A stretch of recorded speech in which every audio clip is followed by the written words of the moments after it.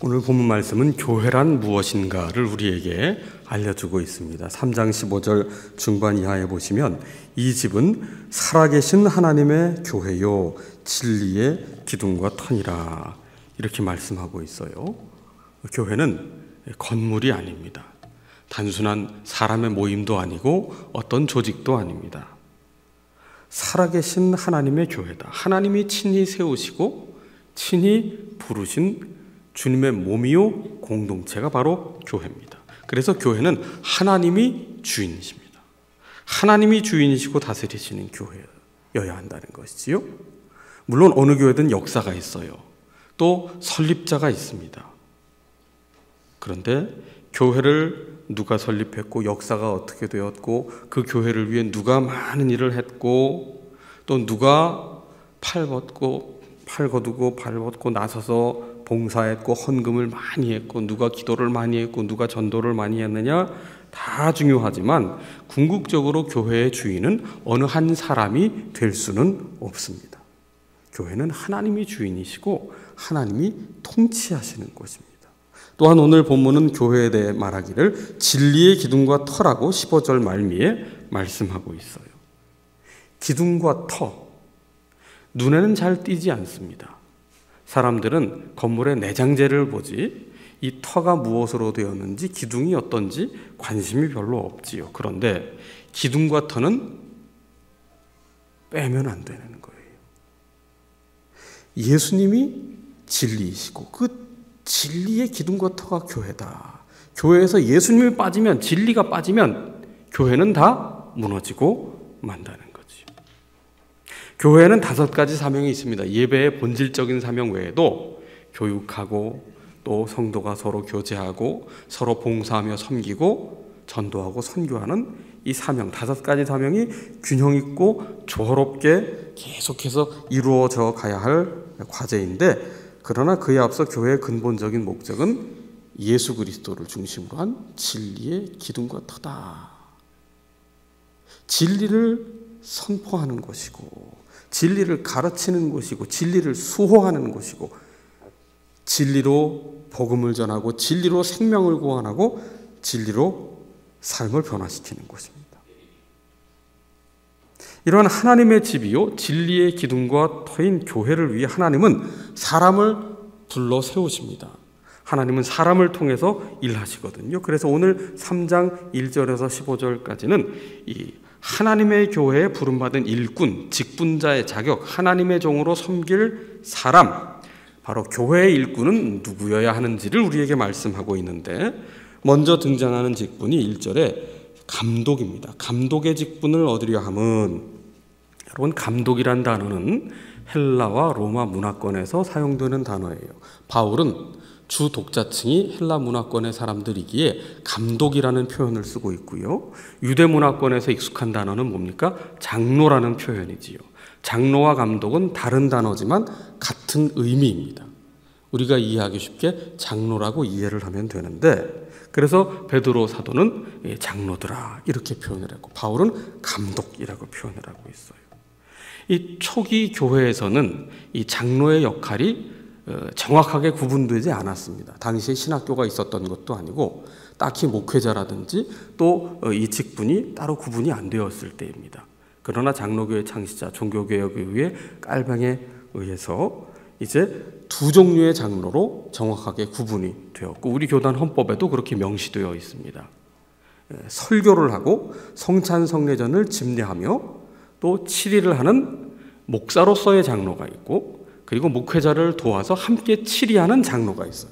이 두 장로, 크게 말하면 목사와 장로, 이 두 장로가 함께 교회를 섬기는 직분으로 부름을 받았는데 이 치리라는 단어는 말씀에 어긋났을 때, 교회법을 위반했을 때 권징을 하는 것을 뜻하죠. 교회의 질서를 지키기 위함인데 오늘날 이 다스린다, 치리라는 표현이 썩 그렇게 편안하게 다가오지 않는 표현이기 때문에 오늘날에는 칠이라는 표현 대신에 목양이라는 표현을 씁니다.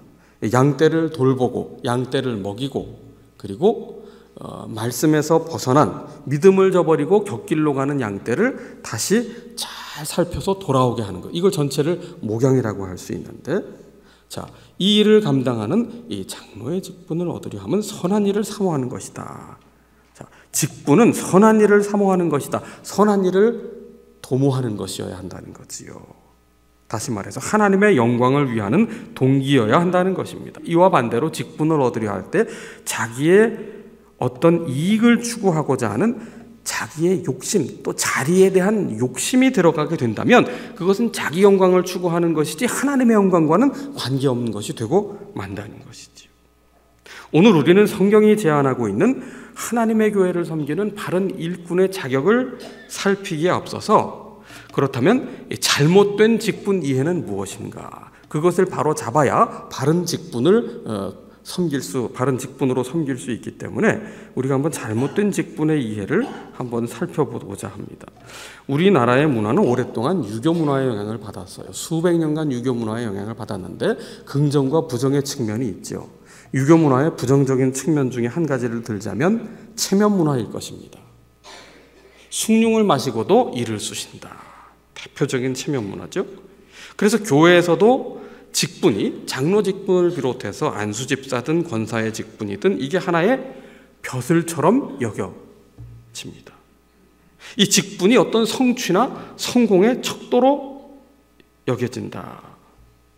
그렇게 될 때에 이 직분은 권세가 되고 신분이나 계급이 되고 명예가 됩니다. 그럴 경우에 직분자는 내가 교회의 주인이라는 착각에 빠지게 됩니다. 교회의 주인은 누구인가요? 우리가 앞서 살폈지만 그 어떤 직분자도 교회의 주인이 될 수 없습니다. 교회의 주인은 오직 교회를 세우시고 보호하시고 이끄시는 살아계신 하나님 한 분뿐이세요. 직분이란 하나님의 교회를 위해 하나님의 부름을 받은 사람, 청지기를 뜻합니다. 그래서 이 본래 직분의 취지는 살아계신 하나님의 교회를 섬기기 위해 부름받은 하나님의 종을 뜻합니다. 예수님처럼 낮아져서 섬기는 것을 뜻하지요.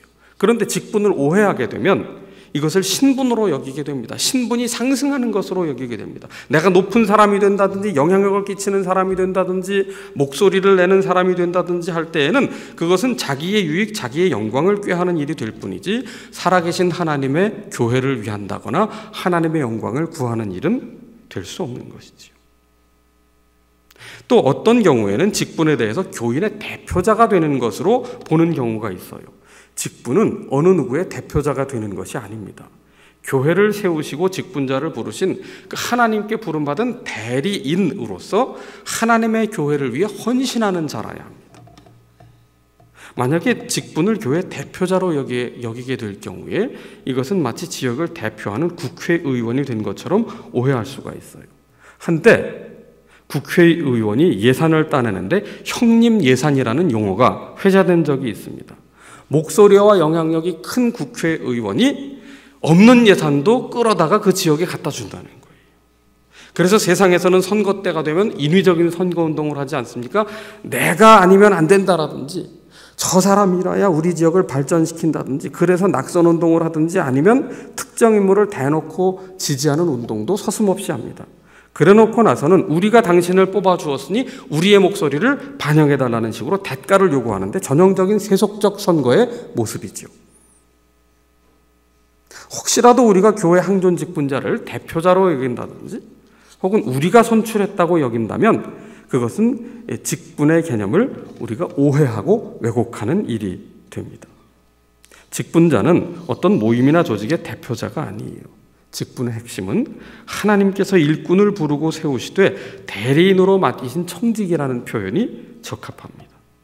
또한 투표에 임하는 우리 또한 하나님의 교회를 위한 대리인의 자격으로 선거에 임해야 합니다. 그래서 선거에 임할 때 누구를 세워야 되냐 눈을 크게 뜨기 전에 먼저 하나님 앞에 눈을 감고 마음을 모으고 정말 기도하고 숙고하면서 하나님의 영광을 위한 하나님의 일꾼이 세워지게 해달라고 기도하며 투표에 신성한 권리를 행해야 될 책임이 우리에게 있는 것이지요.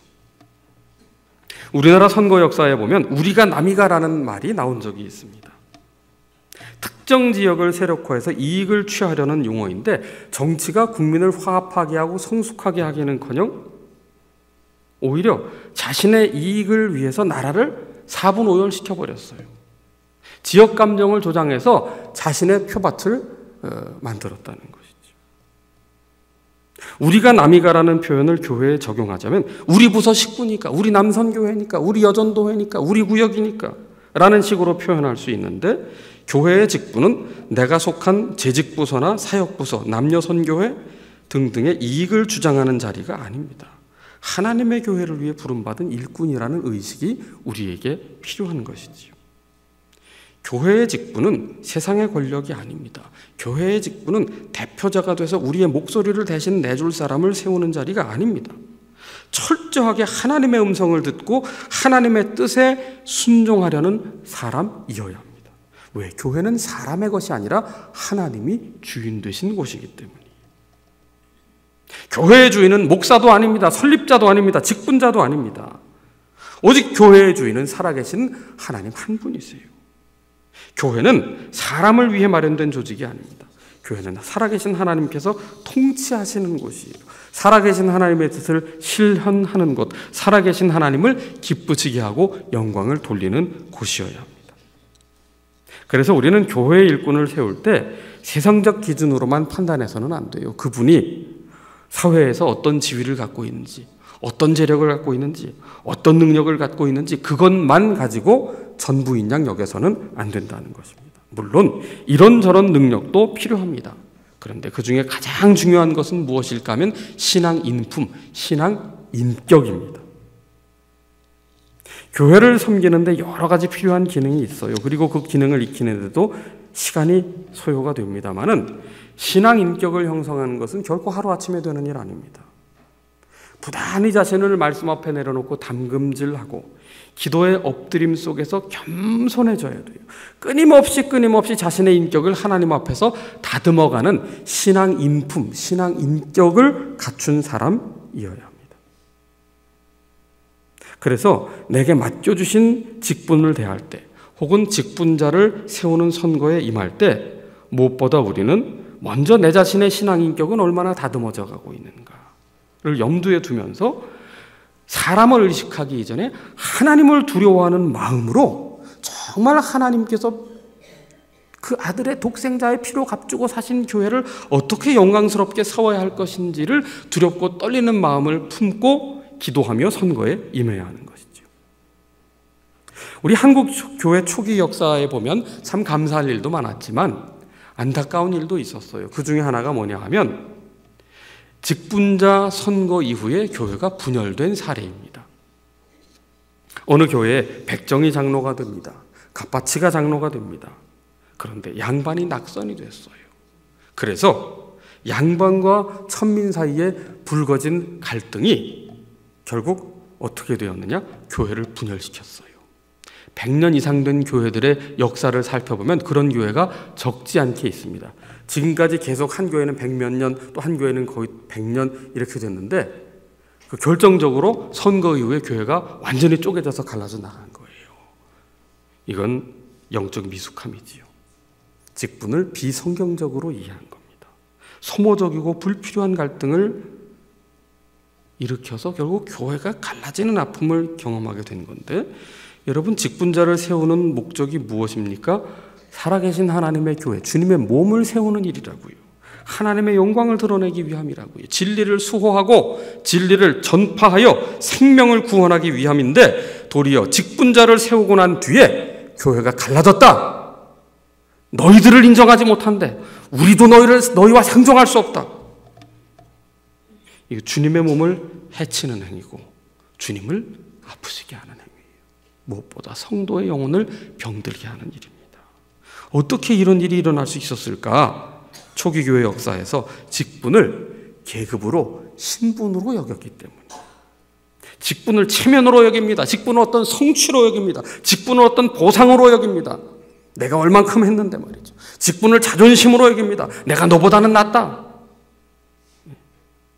여러분, 직분을 대할 때 자신의 열등감을 해소하기 위한 신분 상승의 수단으로 여긴다거나 혹은 직분을 자기 자랑의 수단으로 삼으려는 교만한 마음으로 바란다면 이건 직분에 대해서 완전히 오해한 거예요. 하나님 영광 다 가리우고 자기 영광 차지하려는 겁니다. 종교에 빗대어서 자신을 그럴듯하게 포장하는 거예요. 그게 예수님의 표현으로 불면 위선자고 가면을 쓴 사람, 외식하는 사람. 예수님께서 화 있을진저 외식하는 자요 라고 했잖아요. 여러분, 직분은 나를 위해서 따내는 게 아닙니다. 주님께서 피로 값주고 사신 하나님의 교회를 위해, 주님의 몸된 교회를 위해, 하나님의 영광을 위해 섬기는 동기여야 하는 것이죠. 여러분, 주님께서 천국문 앞에서 우리를 보실 때 안 보시는 게 한 가지 있어요. 직분을 안 보십니다. 직분을 안 보셔요. 주님께서 우리를 부르실 때 가장 귀한 호칭이 뭔지 아세요? 성도예요. 성도. 묘비에 어떤 직분 세웠느냐 그것 가지고 주님 보시지 않으세요.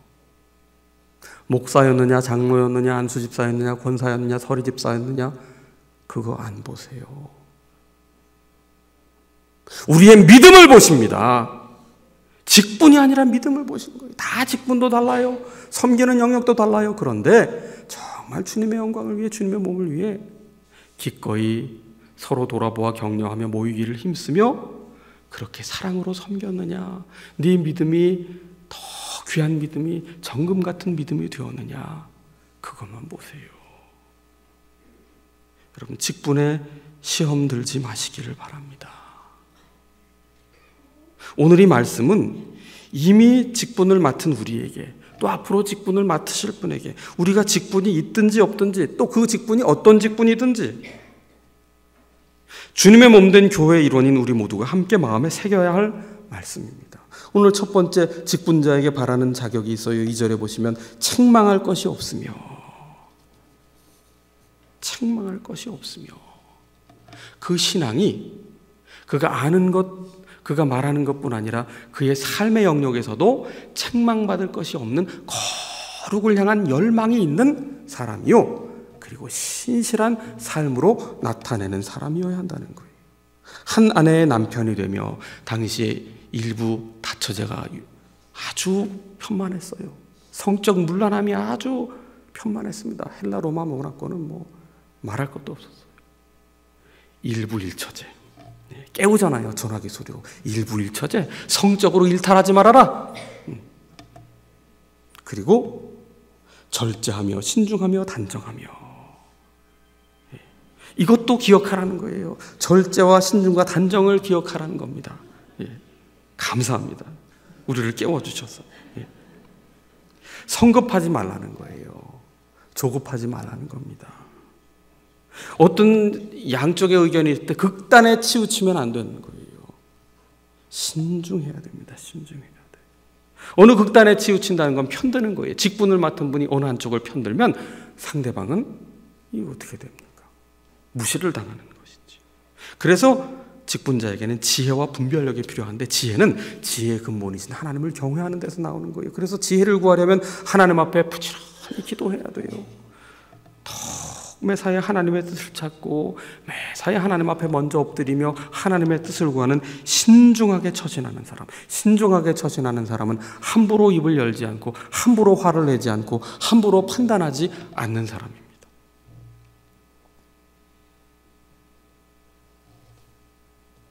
나그네를 대접하며 따뜻한 사랑의 마음, 대가를 바라지 않고 베푸는 마음, 가르치기를 잘하며, 이건 성경 말씀을 잘 배워야 된다는 거예요. 늘 배우는 사람이 가르칠 수 있거든요. 얼마나 말씀을 사모하는가. 술을 즐기지 아니하며, 구타하지 아니하며, 폭력을 행사하지 않는 거죠. 관용하며 다투지 아니하며. 여러분, 관용과 다툼은 정반대잖아요.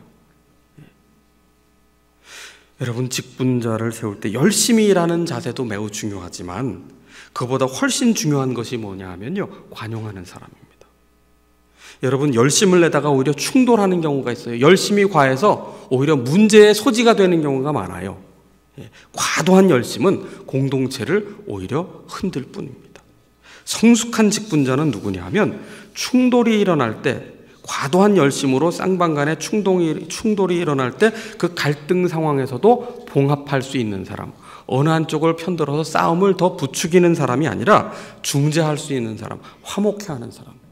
이쪽 가서 이쪽 편들고 저쪽 가서 저쪽 편드는 게 사실은 제일 인기를 유지하는 데는 쉬워요.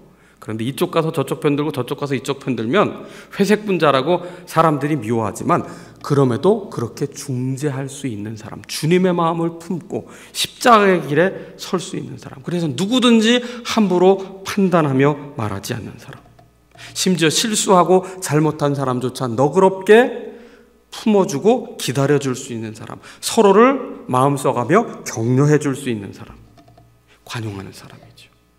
여러분, 세상에는 관용하는 사람과 다툼을 일으키는 사람 둘 중에 하나밖에 없어요, 관계에서는. 그런데 주의 몸된 교회를 섬기는 사람은 누구여야 되느냐? 관용하는 사람, 다툼을 잠잠케 할 수 있는 사람, 불꽃을 꺼뜨릴 수 있는 사람.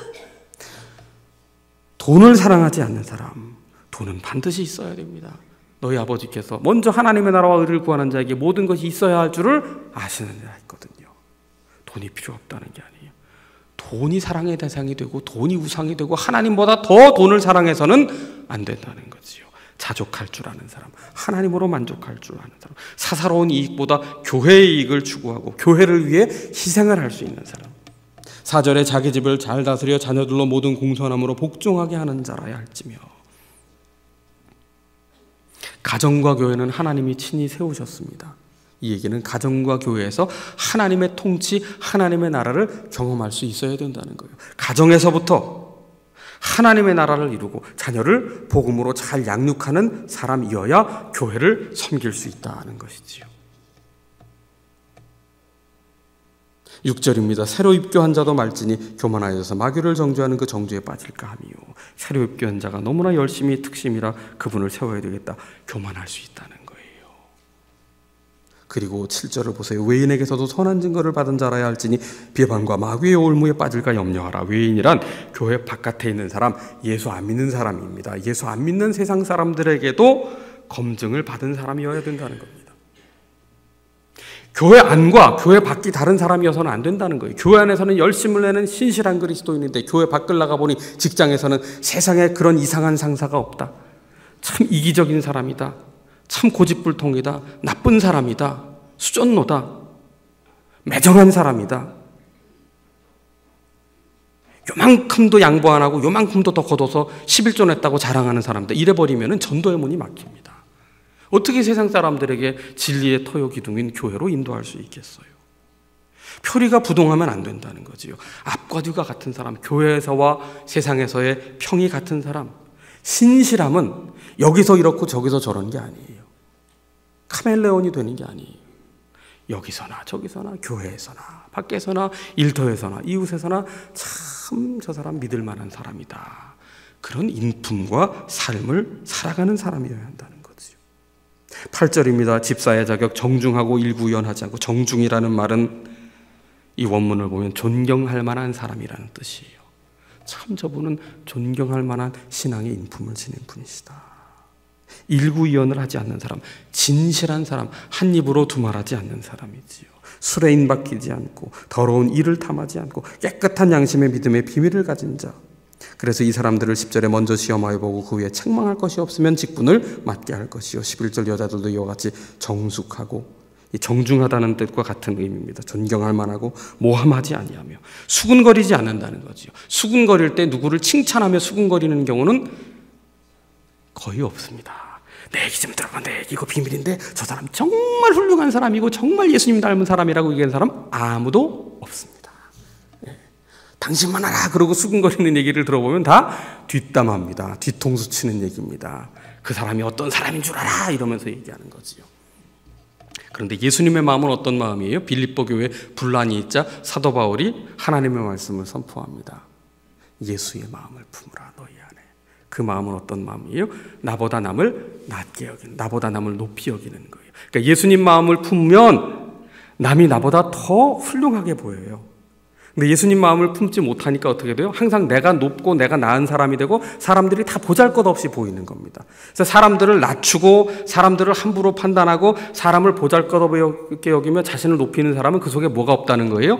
예수님 마음이 없다는 증거를 스스로 확성기를 틀어서 보여주는 거예요. 나 예수님 마음이 없기 때문에 하는 말인데 저 사람 참 우스운 사람이야. 내가 훨씬 괜찮은 사람이야. 사실 불쌍히 여겨야 되지요. 여러분, 모함하지 않는 것이 참 중요합니다. 모함을 하면 편이 갈라져요. 내가 가르는 사람인가 덮는 사람인가, 허물을 파헤치는 사람인가 허물을 덮어주는 사람인가. 중요하지요. 모든 일에 충성된 자라야 할지니라. 진중한 사람, 책임감이 있는 사람이지요.